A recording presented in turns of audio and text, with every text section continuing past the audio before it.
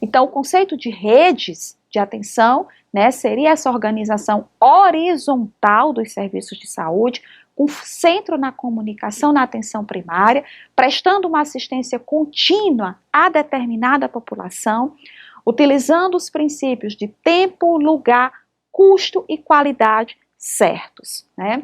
E que se responsabiliza pelos resultados sanitários e econômicos relativos a essa população.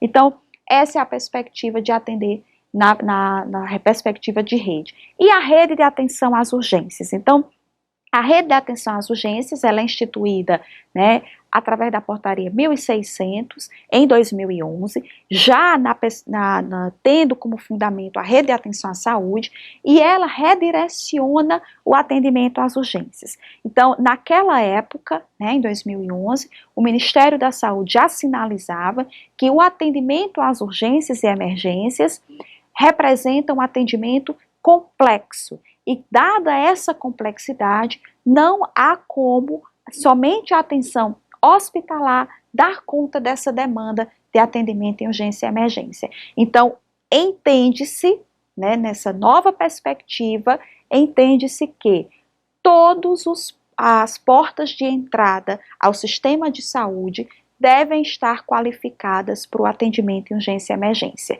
E aí, como porta de entrada, eu tenho a atenção primária à saúde, né, hoje, essencialmente no Brasil, né, a partir da estratégia saúde da família, com as equipes de saúde da família.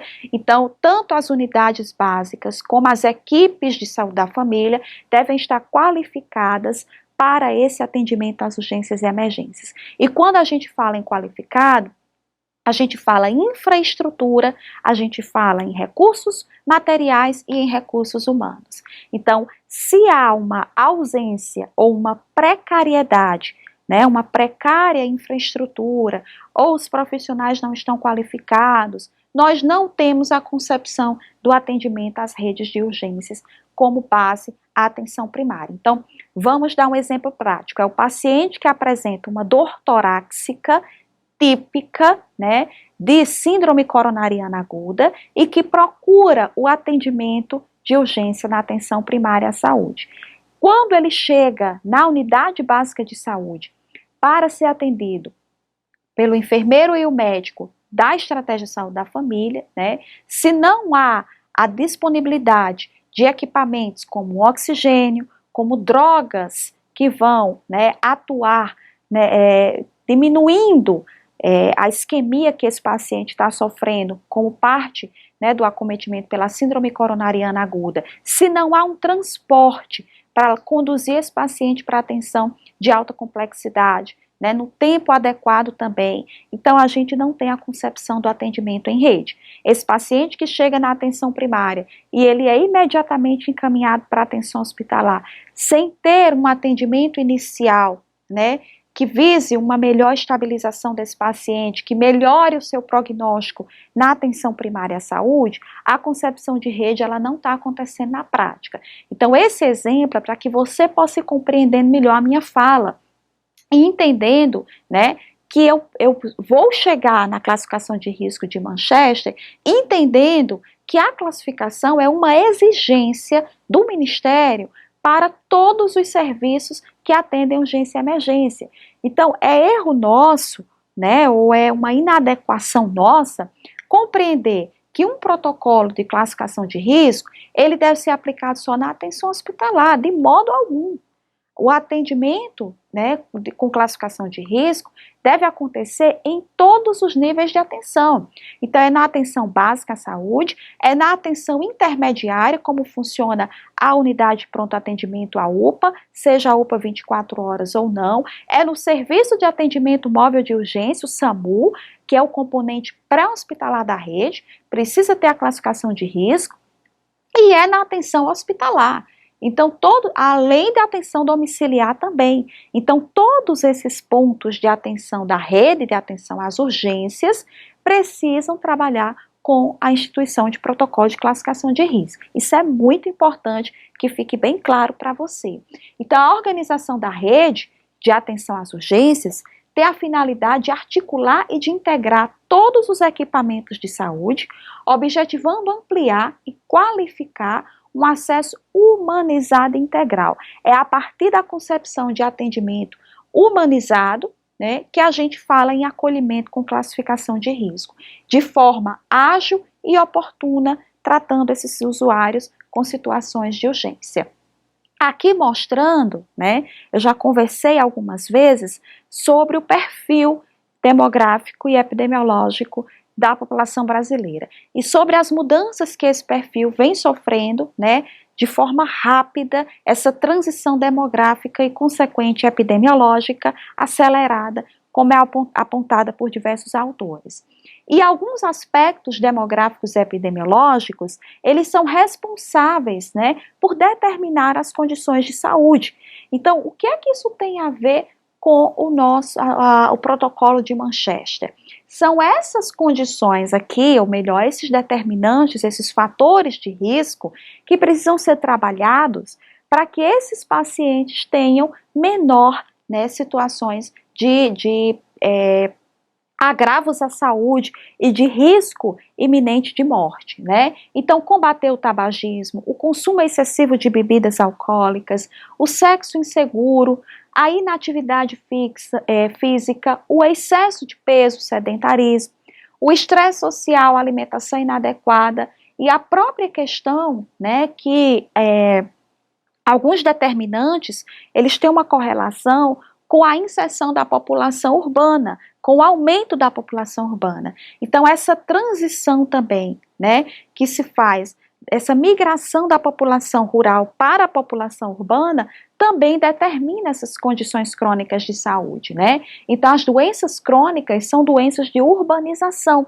A literatura aponta isso, porque são doenças que acabam aparecendo com o estresse social, com a maneira de se relacionar, com a maneira de produzir, com as relações de trabalho, com as relações sociais. Então, o aumento no consumo de bebida alcoólica, também chamando a atenção para as mulheres, né? E hábitos inadequados de vida, como alimentação, sedentarismo, né? O próprio estresse, faz com que o sexo inseguro, essas pessoas tenham uma maior possibilidade de doenças crônicas transmissíveis ou não. E falando um pouco da situação de saúde no Brasil, esses usuários que nós vamos atender nos serviços de urgência e emergência, estima-se que morram em nosso país a cada dia quase 500 pessoas em decorrência de infarto agudo do miocárdio e de AVC, acidente vascular cerebral. Então, olhe bem a importância da gente traçar, né, prioridades nesse atendimento a esses pacientes que chegam na emergência com síndrome coronariana aguda e com sinais e sintomas de acidente vascular cerebral. Então, reconhecer prontamente esses sinais e dar a conduta adequada em qualquer que seja o nível de atenção que você esteja trabalhando é extremamente importante para um prognóstico favorável desses pacientes. E aí a gente vai, quando a gente chegar no protocolo de Manchester, a gente vai ver que a alteração do nível de consciência, né, nunca vai ser classificado como pouco urgente ou não urgente, que dor torácica típica, né, e especialmente de forte intensidade, é classificada como atendimento vermelho, né, atendimento imediato, por conta desse perfil de mortalidade. Boa parte das mortes por doenças crônicas poderia ser evitada. Isso é importante refletir. Poderia ser evitada se nós tivermos, né, essa prioridade nesse atendimento e se nós tivermos também um sistema de saúde focado na promoção à saúde e na vigilância à saúde. Então, como que a gente vai redirecionar as práticas de saúde para diminuir esses condicionantes e esses determinantes de saúde da população? Então, a organização da rede de atenção a urgências tem a finalidade de articular e integrar todos os equipamentos de saúde, objetivando ampliar e qualificar o acesso humanizado integral de forma ágil e oportuna. A rede de atenção às urgências, não esqueçam, foi instituída em 2011, em julho de 11, através da portaria 1600. Então, a RAS, Rede de Atenção à Saúde, data de 2010. E a RAU, Rede de Atenção às Urgências, data de 2011, através da Portaria 1600. Aqui mostrando que, de acordo com a faixa etária, quais as principais cargas de morbimortalidade no país. Então, eu compreendo lá, que da faixa etária que envolve 1 ano até os 39 anos, de que é que mais morre essa população de 1 a 39 anos, que concentra uma boa parte da população economicamente ativa? As causas externas. E isso é bem importante a gente saber, porque inclusive isso é solicitado também em questões de concurso, né? Então, até os 39 anos de idade, o que mais causa morbimortalidade na população brasileira são as causas externas. Essas causas externas, elas ficam divididas em 2 grandes grupos: os traumas, né, com os acidentes de trânsito, e as violências, os traumas decorrentes da violência urbana. Então, são 2 frentes de atuação dentro da rede de atenção às urgências. Por isso que a gente tem uma linha de cuidado prioritária, que é a linha de cuidado traumatológica, né, o cuidado aos traumas.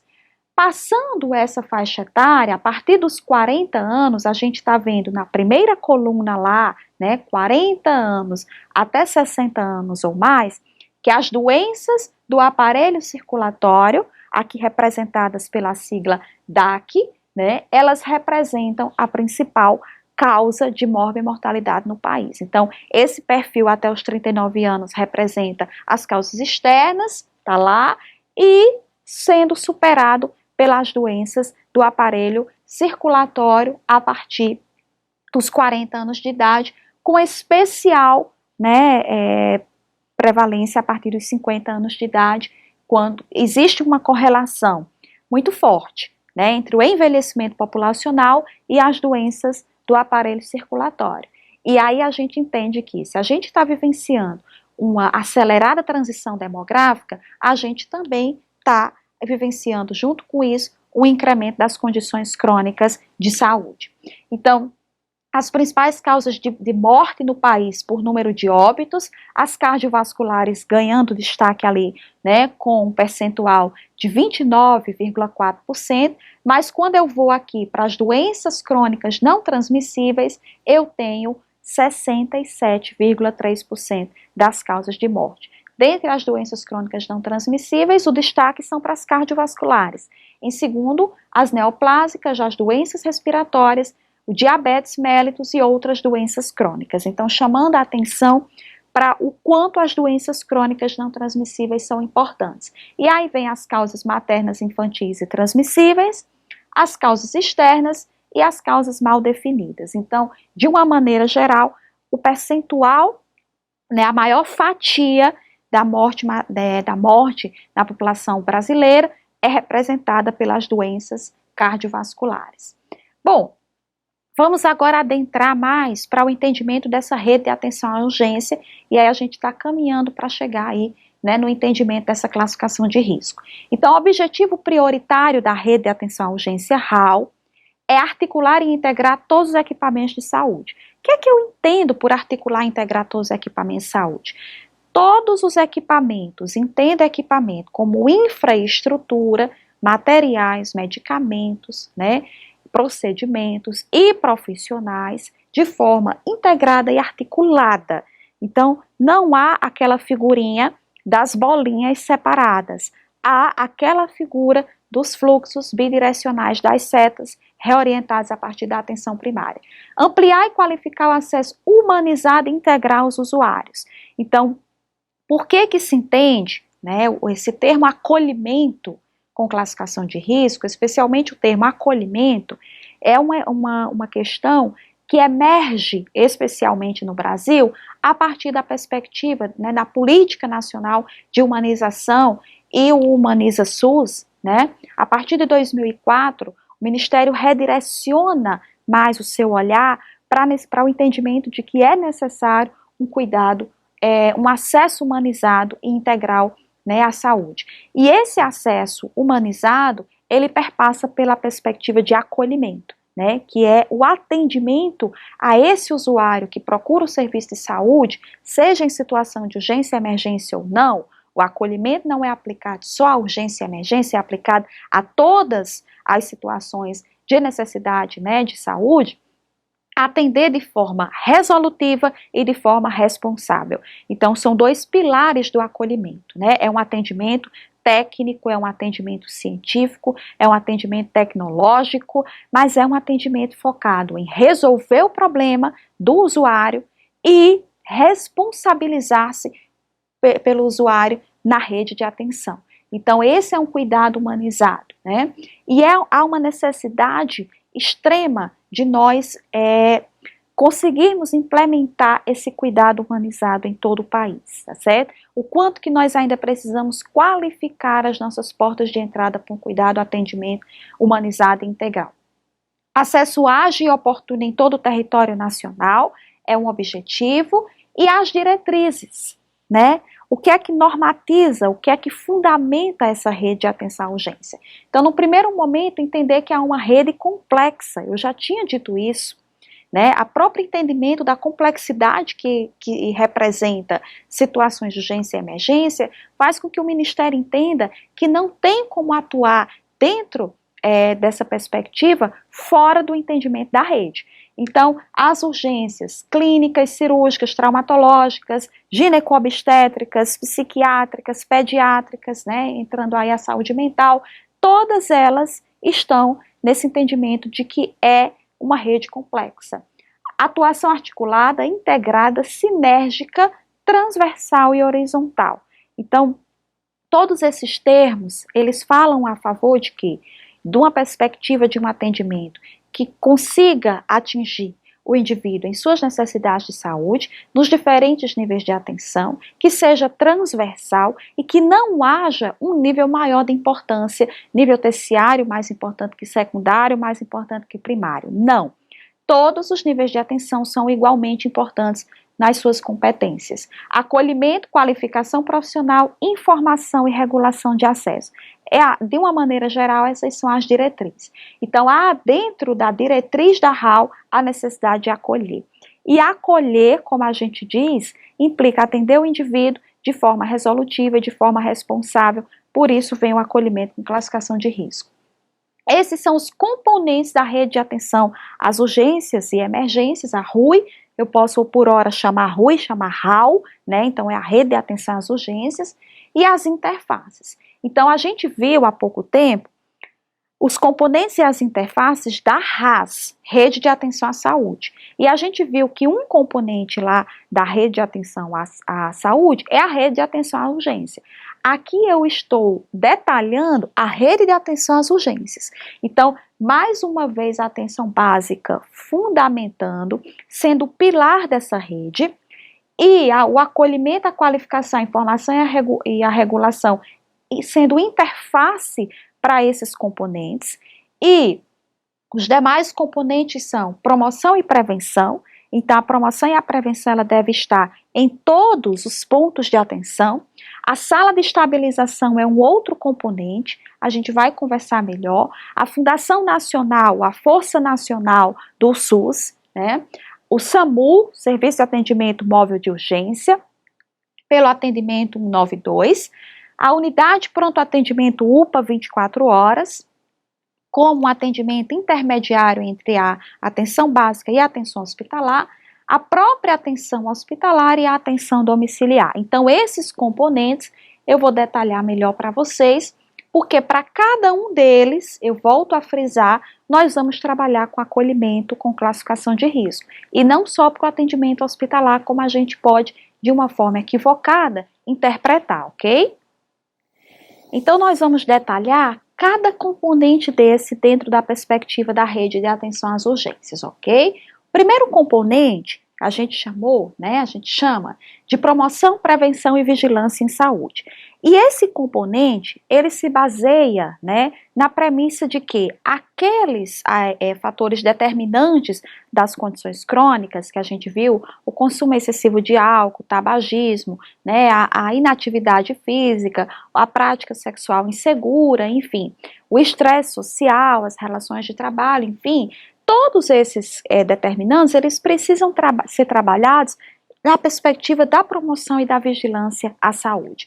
Então, estimular e fomentar é um objetivo, o desenvolvimento de ações de saúde e educação permanente voltadas para a vigilância e a prevenção das violências e dos acidentes. Por quê?